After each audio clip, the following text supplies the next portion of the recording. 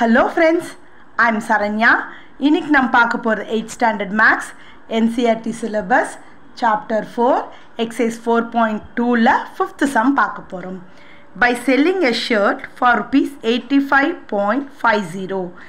Okay, 85 rupees and 50 paise என்றாங்க. The shopkeeper would lose 5%. What would be the loss or gain percentage by selling it rupees 94.50 அப்படின்றாங்க. So லாஸா கெயினான்னு கண்டுபிடிக்க சொல்கிறாங்க. பார்ப்போமா?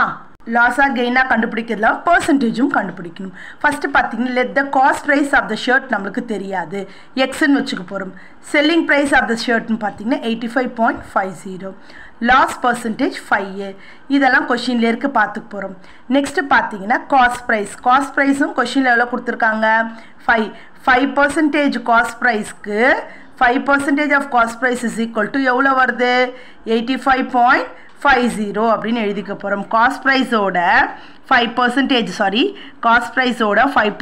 Subtract பண்ணி of cost price எடுத்தால் 85.50. அந்த cost price எவ்வளோ நம்மளுக்கு தெரியாது.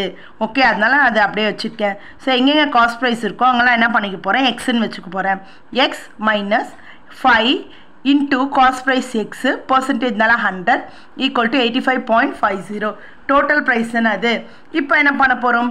100 no elements considers 1. இங்க 100 னா இங்க 100 னா இங்க 100. so இங்க 100 னா இங்க 100. 100 minus 5 95x by 100 equal to 85.50. இப்போ என்ன பண்ண போறோம்? x கண்டுபிடிக்கணும். x இங்கே வச்சுட்டு இந்த வேல்யூ ஈக்குவல் டு இது பக்கம் கொண்டு போனா 85.50 into 100 by 95 அப்படின்னு எழுதிக்க போறோம்.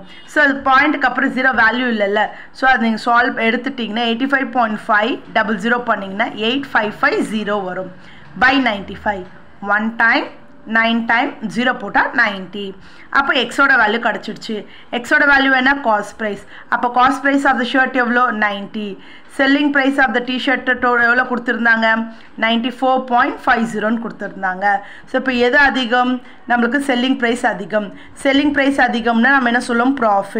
Profit is equal to selling price minus cost price. Selling price 94.50, cost price இப்போ 19 கண்டுபிடிச்சோம். ரெண்டுத்தையும் சப்ராக்ட் பண்ணால் 4.50. இப்போ ப்ராஃபிட் மட்டும் இல்லாமல் ப்ராஃபிட் பர்சன்டேஜ் கண்டுபிடிக்கணும். ப்ராஃபிட் பர்சன்ட் பண்ண என்ன பண்ணும்?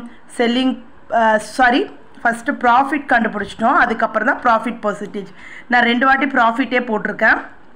ப்ராஃபிட் பர்சன்டேஜ் இது இங்கே இருக்குது. ப்ராஃபிட் இங்கே போட்டாச்சு. இப்போ ப்ராஃபிட் பர்சன்டேஜ்க்கு இதை நம்ம இங்கே பார்க்க போகிறோம். இங்கே பாருங்கள், ப்ராஃபிட் பர்சன்டேஜ்னா profit by cost price into 100. ப்ராஃபிட்னா 4.50 by 90 into 100. ஏன்னா பாயிண்ட்டுக்கு அப்புறம் 0 வேல்யூ இல்லை. இந்த 0 கேன்சல் பண்ணிட்டோன்னா நம்மளுக்கு என்ன வருதுன்னா இந்த வேல்யூ பார்த்தீங்கன்னா 1 டைம். இது சால்வ் பண்ண முடியாது. ஜஸ்ட் மல்டிப்ளை பண்ணிவிட்டு நம்ம என்ன பண்ண போகிறோம்? சால்வ் பண்ண போகிறோம். ஸோ மல்டிப்ளை பண்ணிவிட்டு சால்வ் பண்ணால் நம்மளுக்கு என்ன டைம் வருதுன்னா 5 டைம் வருது. ஸோ எவ்வளோ பர்சன்டேஜ்? 5%. கிளியர்? இது ரஃபில் கூட போட்டிருக்கேன், நீங்கள் செக் பண்ணிக்கோங்க. தேங்க்யூ.